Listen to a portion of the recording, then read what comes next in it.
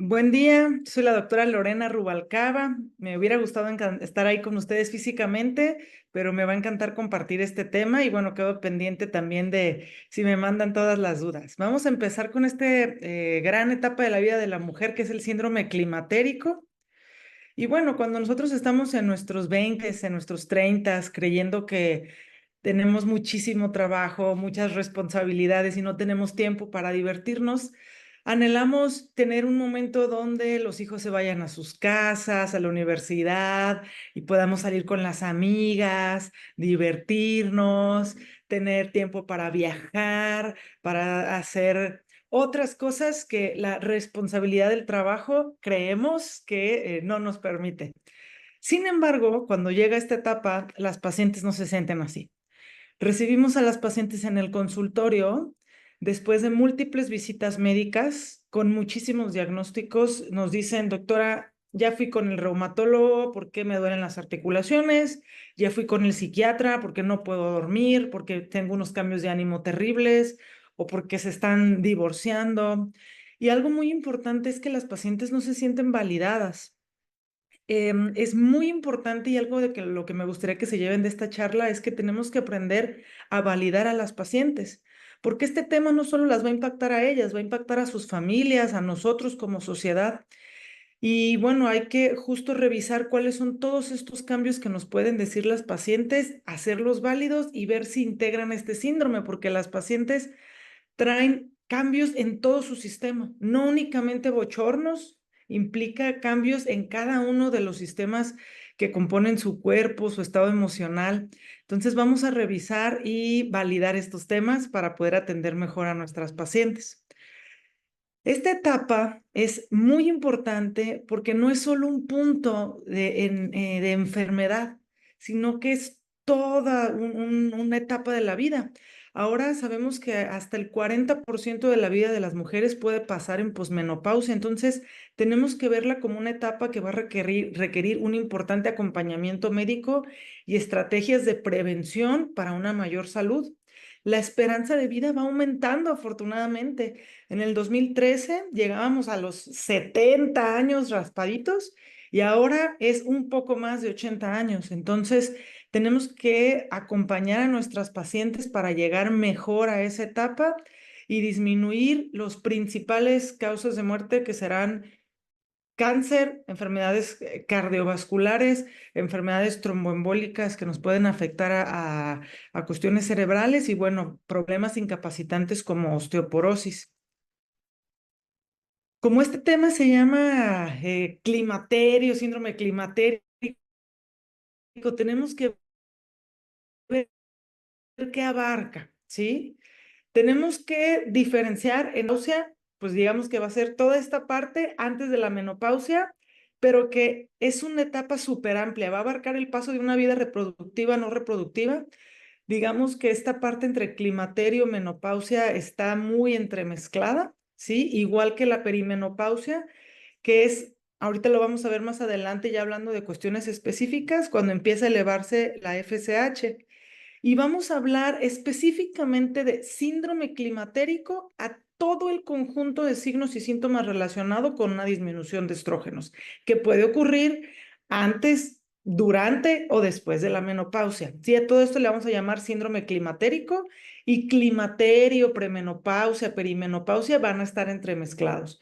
Y hablando de posmenopausia, bueno, después de que deja de llegar la regla hasta la muerte.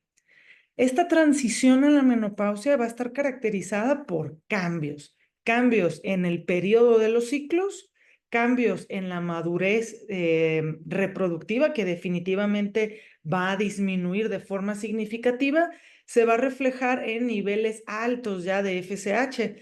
Sabemos que nuestro conteo de óvulos es finito y que hay que hacerles ver a las pacientes también que la parte reproductiva del ovario tiene un tiempo mucho menor a la parte hormonal del ovario. El ovario puede funcionar de forma hormonal todavía muchos años después que la parte reproductiva. Sin embargo, ya en esta etapa, esta parte hormonal empieza a depletarse también. ¿Y cómo vamos a hacer el diagnóstico ya de menopausia? Bueno, es clínico en gran parte de los casos, ¿sí? Cuando se suspende la menstruación por 1 año, claro, sin haber dado ningún medicamento.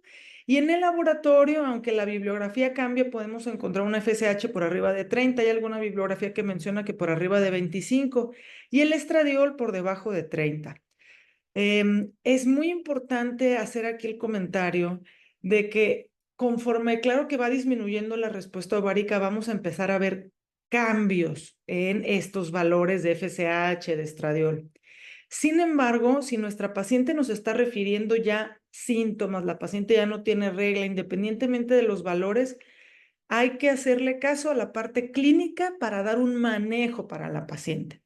En esta etapa, el manejo no será por niveles hormonales, sino por una cuestión clínica. Por eso vuelvo a la importancia de validar a nuestras pacientes y a sus síntomas.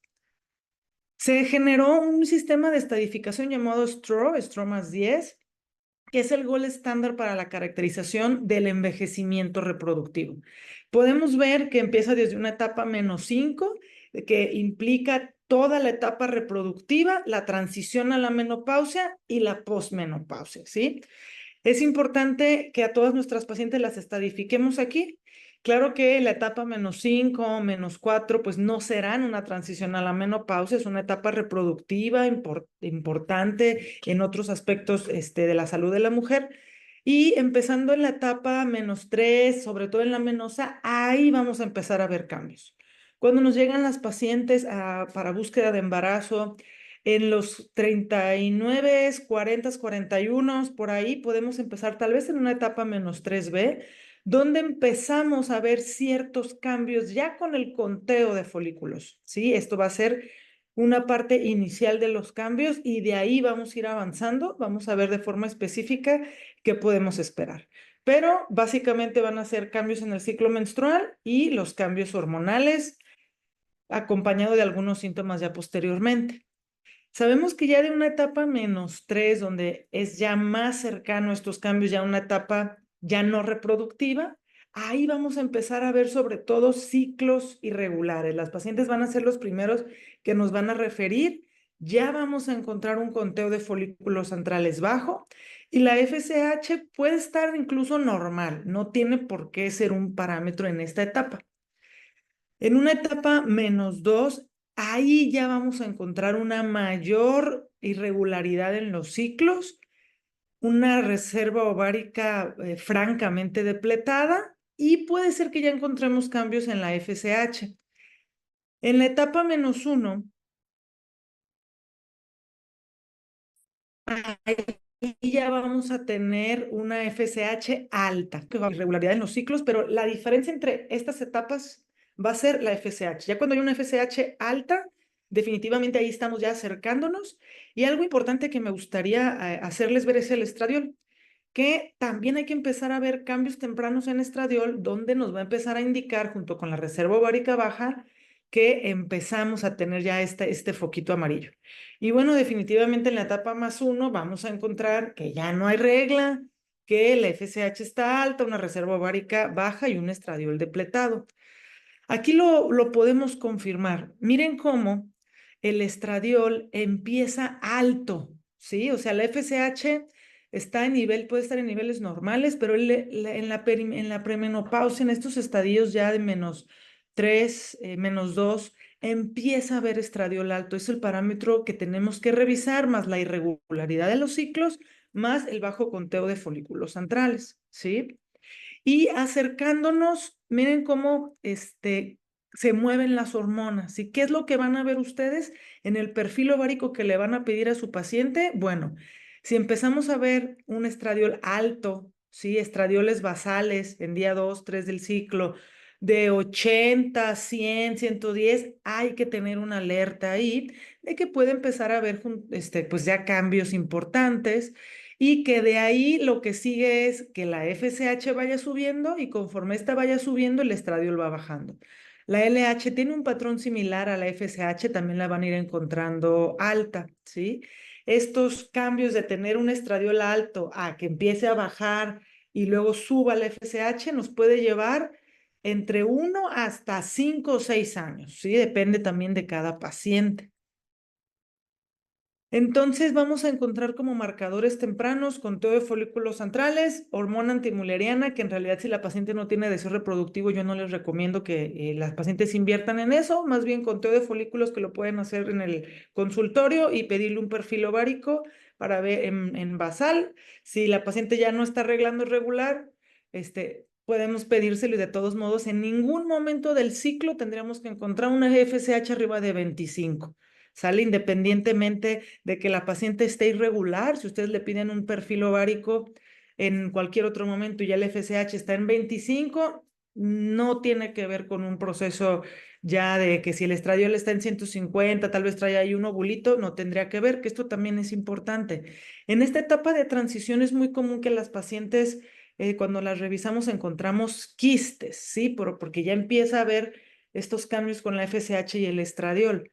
No hay que confundir que pueda haber un quiste que genere estradiol a mayor cantidad y un FSH arriba de 25. De todos modos, un FSH arriba de 25, de 30, ya nos da que estamos en una etapa de transición a la menopausia en etapas ya tardías, ¿no? No va a ser por ningún quiste, aunque es común encontrarlos, y bueno, en realidad va a ser en la mayoría de los casos pasajeros. Y bueno, ya cuando vienen estos datos de hipoestrogenismo en la posmenopausia, lo más característico van a ser los bochornos, que van a ser el principal dato pivote. Esta sensación de calor súbito, sudoración, enrojecimiento, que puede durar de 30 segundos hasta 3, 4 minutos, dependiendo también cada paciente, pero la característica es que es súbito y que es ascendente. Esto se va a dar por cambios en la relación de serotonina, de noradrenalina, cambios en la disfunción del centro termorregulador del hipotálamo. Y con estos cambios es importante saber que un bochorno pues nunca será un bochorno, va a tener consecuencias cardiovasculares importantes justo por esta fisiopatología. Por lo tanto, es nuestro dato pivote, ya que la paciente que tiene muchos síntomas de bochornos, hay que empezar a considerarla para una terapia de reemplazo hormonal para disminuir el riesgo cardiovascular. Y bueno, ¿qué más va a tener nuestra paciente? Esto es importante tenerlo en cuenta todo el tiempo, porque la paciente puede tener esto y muchas otras cosas más que quizá no englobé, pero la mayoría de los síntomas relacionados a estos cambios hormonales, no sé, la paciente puede referir, por ejemplo, que le arde la boca, que tiene sensación de ardor en la boca, que tiene entumecimiento, también es parte de esto. O sea, en esta etapa tenemos que estar alertas a descartar que no sea alguna otra cuestión y si no lo encontramos por ahí, va a ser parte del hipoestrogenismo, ¿no? Vemos que hay cambios en casi cada uno de los órganos y sistemas que comprende la mujer, entonces tenemos que estar muy alertas. Algo que tenemos que tratar seriamente son los trastornos del estado de ánimo, porque las pacientes se sienten, aparte de físicamente muy mal, se sienten muy desprotegidas en este sentido, entonces tenemos que hablar también, si es posible, con la familia o que ella extienda el mensaje a la familia de que necesita sostén, de que también necesita retomar su grupo de amigas, su grupo de apoyo, para que podamos tener un mayor sostén emocional y que todos estos cambios en la vida sexual, en las relaciones interpersonales, estos cambios en el estado de ánimo que pueden afectar incluso a nivel laboral, puedan ser sostenidos de forma correcta y tratados, ¿sí? Siempre hay que apoyar con un equipo multidisciplinario. Entonces, algo muy importante es que el objetivo de tratar a estas pacientes, claro que va a ser que mejore su calidad de vida, esto va a ser fundamental, pero hay repercusiones a largo plazo importantísimas en estas pacientes. Los síntomas vasomotores nos van a dar la alerta, los bochornos, la alerta de que esta paciente empieza a subir riesgos. Y el tratamiento va a ir dirigido para disminuir su riesgo cardiovascular y mejorar la masa ósea. Entonces, un bochorno nunca es un bochorno, siempre hay muchas cosas pasando en ese organismo y hay que tomarlas con seriedad y darles el tratamiento. En estas comorbilidades que platicábamos en la transición menopáusica, tenemos que investigar todos los datos que puedan sumar a un proceso patológico.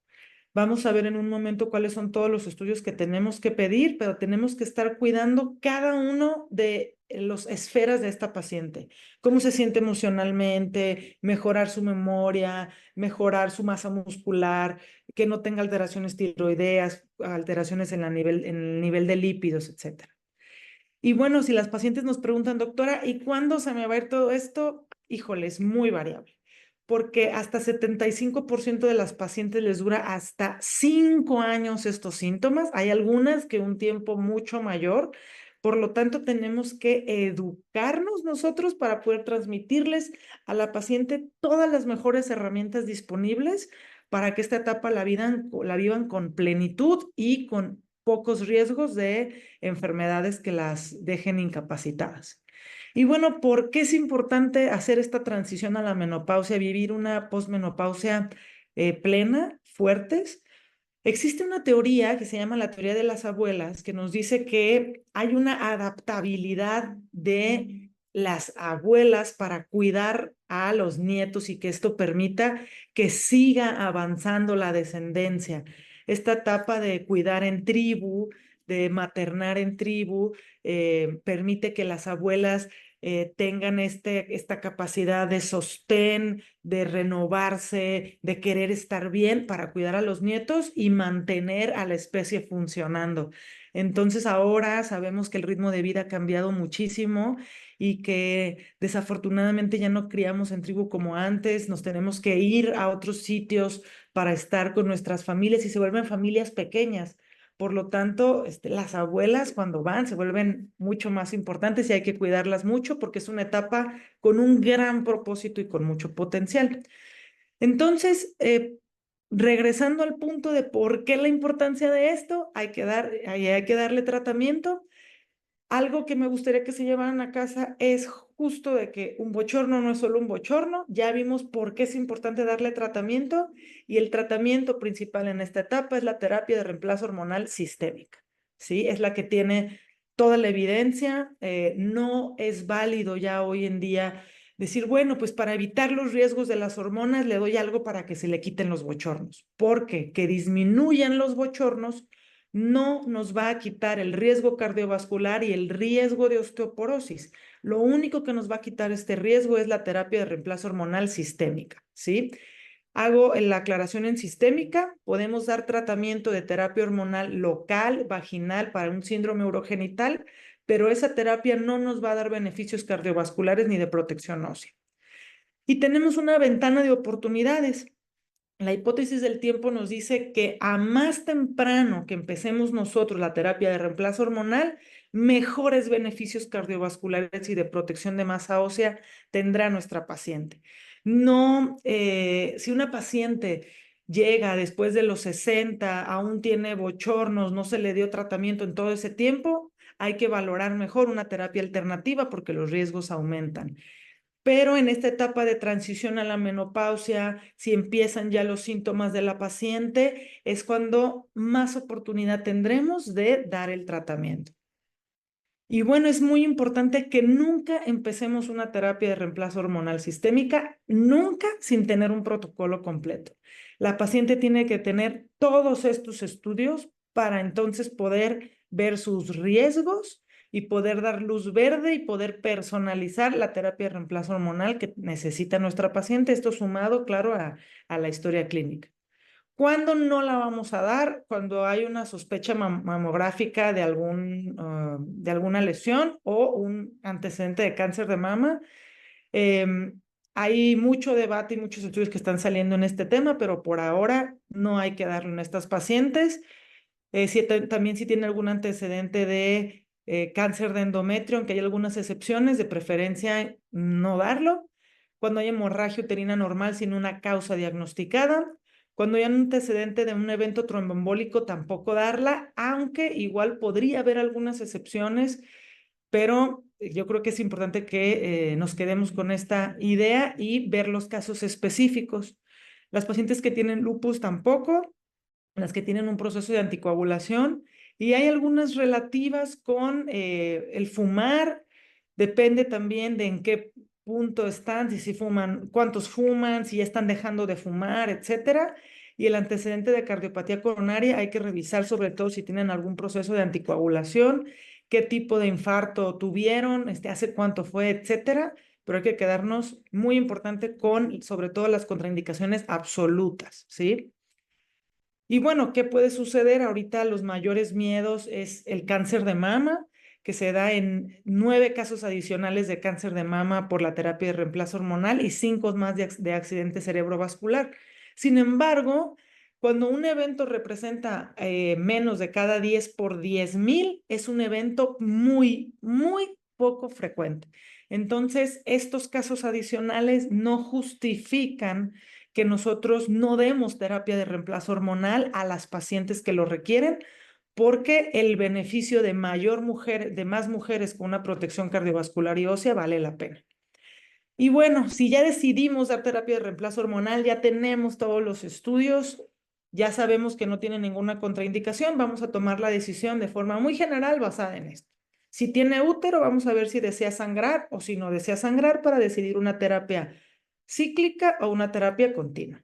Si no tiene útero, el principal foco es revisar si la paciente tuvo endometriosis, tiene endometriosis, perdón, ahí hay que dar siempre una terapia hormonal combinada continua. No hay que dar solo estrógenos, aunque no tenga útero. Y bueno, en general vamos a dividir la terapia de reemplazo hormonal en estrogénica con conjugados o con estradiol, con diferentes dosis, con estragénica y progestacional cuando hacemos la mezcla, de dartibolona o el complejo estrogénico de tejido selectivo. Sabemos que del estradiol hay muchas presentaciones. Aquí les dejo algunas por si les quieren tomar alguna foto. Y es importante que ustedes se familiaricen con alguna presentación transdérmica, con alguna presentación bioral y con las combinadas. Y de las progestinas, bueno, los progestágenos, perdón, sabemos que están las progestinas y la progesterona natural micronizada. Siempre vamos a preferir la progesterona natural micronizada. Sin embargo, puede haber pacientes que necesiten otro tipo de progestina debido al efecto secundario de esta, ¿no? Pero vamos a tener en mente que vamos a preferir la progesterona natural sincronizada. ¿Y qué presentaciones tenemos? También les puse este cuadrito por si quieren tenerlo ahí a la mano. Todas estas son las presentaciones de estradiol que podemos tener. Esto es el Primogin, que es vía oral, pero también tenemos el transdérmico, que es la vía de preferencia. Si podemos elegir, vamos a elegir, si la paciente no tiene alguna contraindicación, una vía transdérmica para la aplicación de estradiol y la progesterona natural micronizada, de preferencia en una aplicación vaginal. Los parches de Eborel, que bueno, no habían estado en comercio, no sé si ya regresaron. Y tenemos también otras presentaciones ya combinadas. Estas se recomiendan bastante, hay que tenerlas en mente, vienen muy bien. Y bueno, aquí les dejo un probable esquema de cómo se podría aplicar.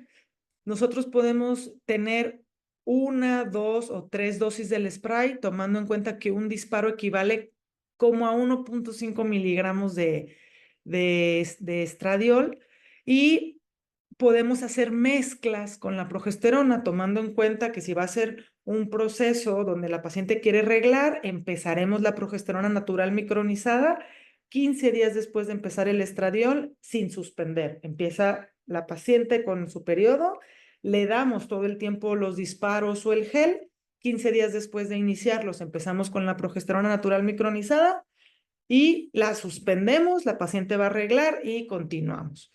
No se suspende el estradiol en ningún momento y en un proceso continuo, ahí sí seguimos todo el tiempo progesterona, estradiol, ya sea con la progesterona natural micronizada o el spray o bien usando las presentaciones habituales, ¿sí? Si la paciente tiene un dispositivo con levonorgestrel, pues lo único que agregaremos sería los disparos.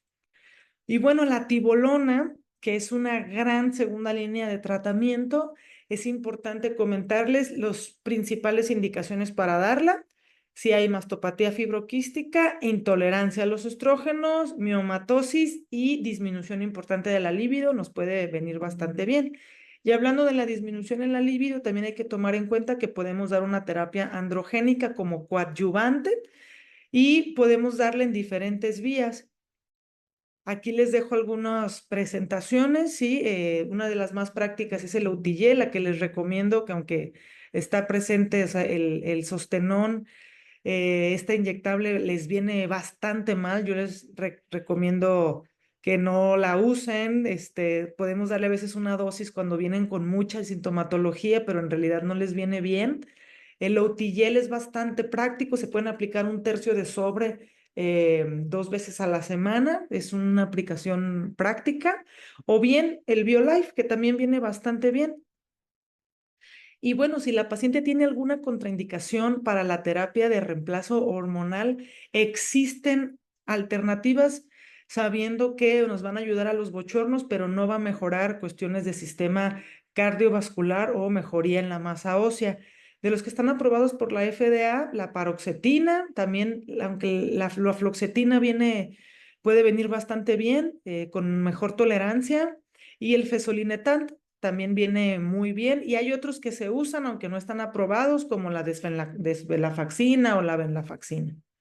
También es muy importante comentarles, la paciente tiene que tener un tratamiento integral. O sea, aunque le demos terapia de reemplazo hormonal, tenemos que mandarla si ella necesita con el terapeuta, si necesita con el psiquiatra, e imaginarnos que le vamos a ir dando herramientas, pero que esas herramientas, mientras ella pueda llegar a tenerlas por ella misma y sostenerlas, las iremos dejando, ¿no? ¿En qué sentido?